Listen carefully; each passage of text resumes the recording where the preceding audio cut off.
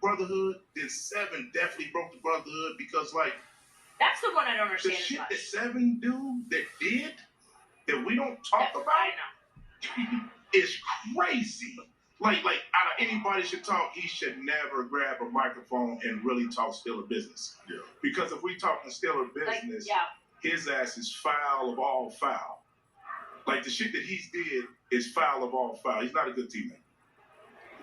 Won a Super Bowl with him, but the person, he's just not a good teammate. Like, he knows that. Anybody in the Steeler building knows that, but we protected him because I've only won 1 Super Bowl, and that was my quarterback. So do I love my quarterback? Yeah, but is he a good? Hey, what's going on? You know who it is. You know what it is. All right, you guys, peep game. All right, so former Steelers defensive player Joey Porter pretty much broke and obliterated Ben Roethlisberger in less than 2 minutes on his character, what type of person he was, what type of teammate he was. He basically said nobody really liked him. And then it was also further confirmed by former quarterback Sean King that Ben Roethlisberger wasn't a good person, that he was very arrogant and unlikable. And Joey Porter basically said that the Steelers organization covered up for him and they protected him from you know what. And Joey Porter, he basically said that he got protected because he was the quarterback of the team. Well, come on, Joey. Also, you got to add in because of his skin complexion.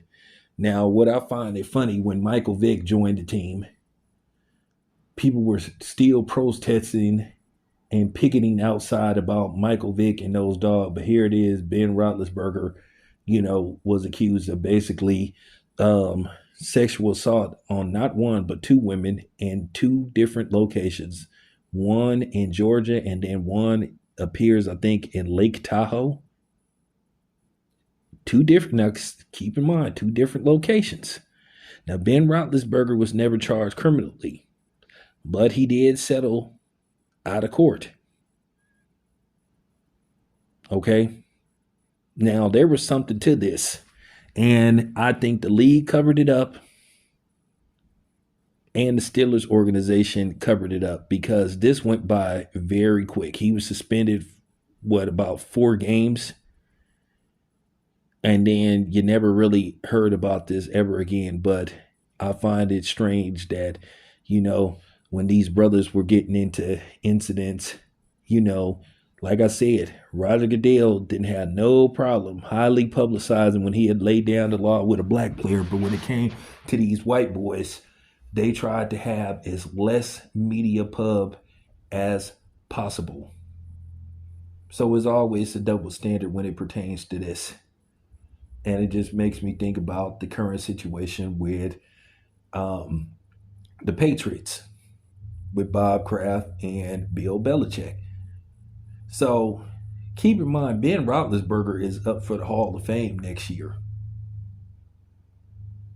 He's up for being a first ballot inductee.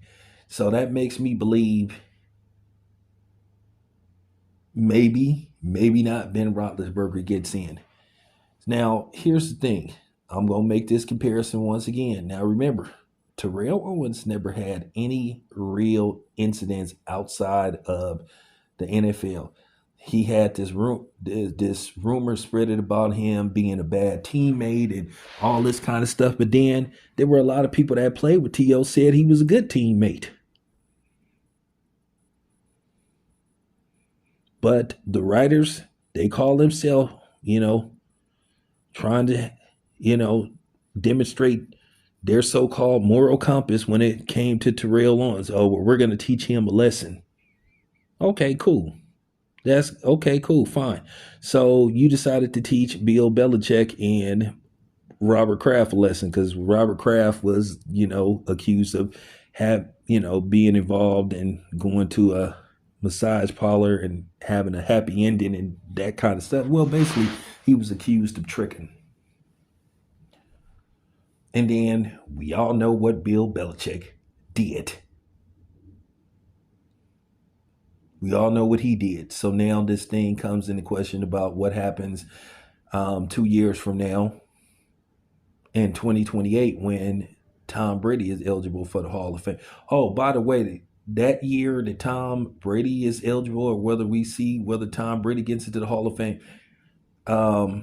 remember, the Super Bowl will be in Atlanta. You know, Mercedes-Benz Stadium will be hosting the Super Bowl in 2028. Next year, Los Angeles. The year after next, Atlanta. Just wanted to throw that out there.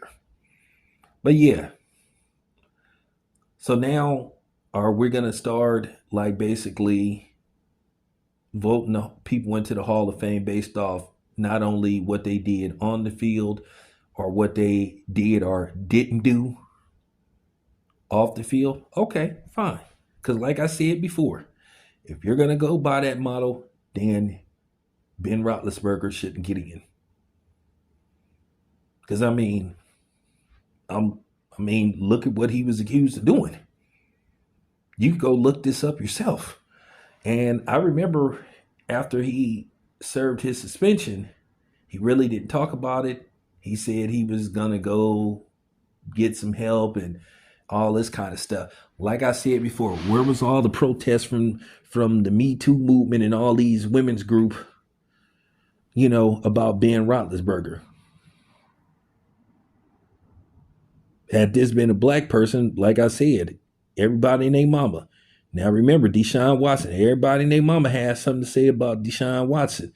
We're not too far removed from Ben Roethlisberger. This was in 2012.